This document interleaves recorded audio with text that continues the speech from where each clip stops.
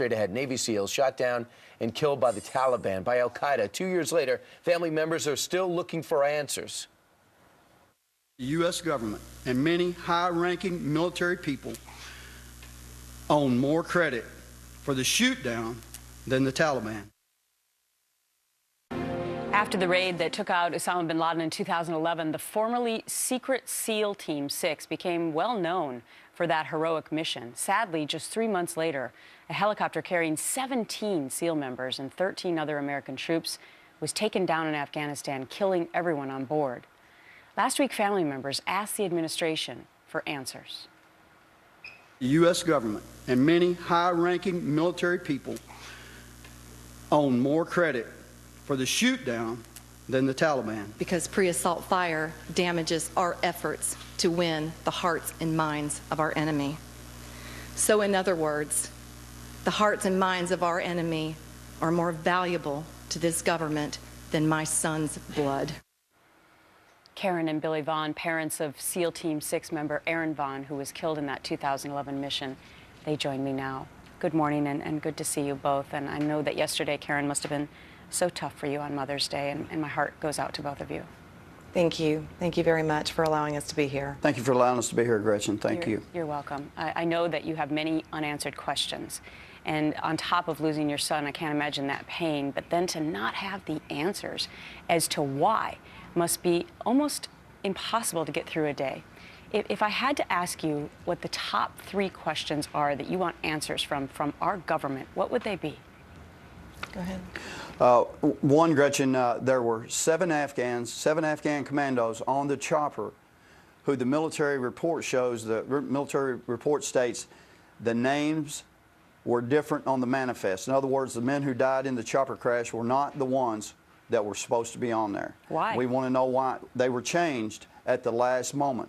By some commander who's yet to be named. They were changed too late for them to be added to the manifest, which never happens. I understand, Karen, you have questions about rules of engagement and how it affects what?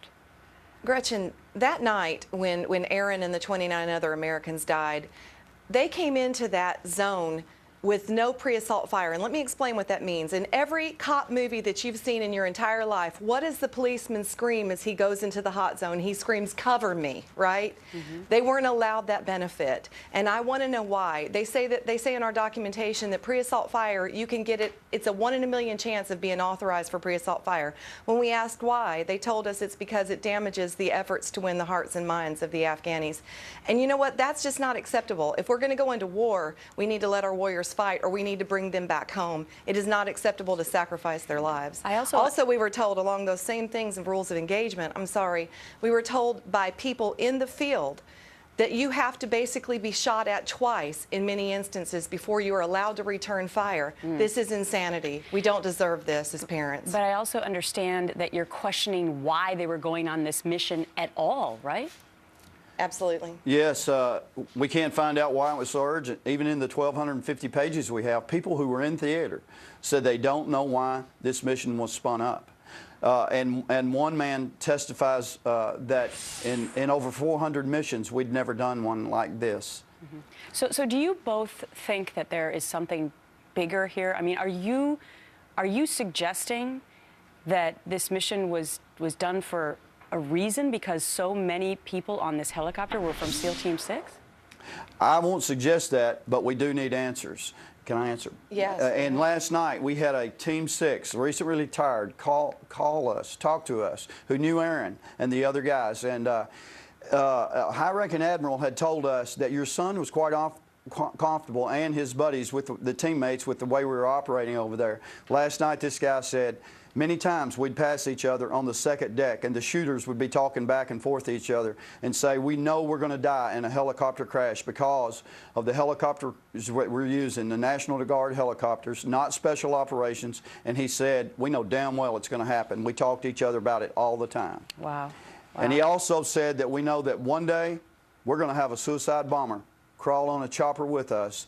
And we've talked to the higher-ups about it, and when we talk to them about it, they say we're just being illogical. It's not going to happen. And he said, because they don't understand the enemy. But this Wow. is because of this ideology of working these forces together. Navy SEALs have no business working with the Afghani forces or training them. That's not their job. Our son trained for years before he was allowed to go on his first deployment, as did all those others. And by the time he reached Tier 1, Navy SEAL Team 6, he should not be over there on training missions, Gretchen, where he's being compromised by what could potentially be the enemy, because we know that all of these agencies are compromised. Yes. And it's very possible that something dastardly went on that night, and we want to know if it did. All right. And Well, if it Karen, did, we want to know why they're allowing this to continue to go on, why our young men and women are being slaughtered by people that we call our friends. No. Karen and Billy Vaughn, I know you have so many unanswered questions, and we all hope that you can get those answers and get some peace. Thank you, Gretchen. Thanks you to very Thank both you of so you. much. Thank you.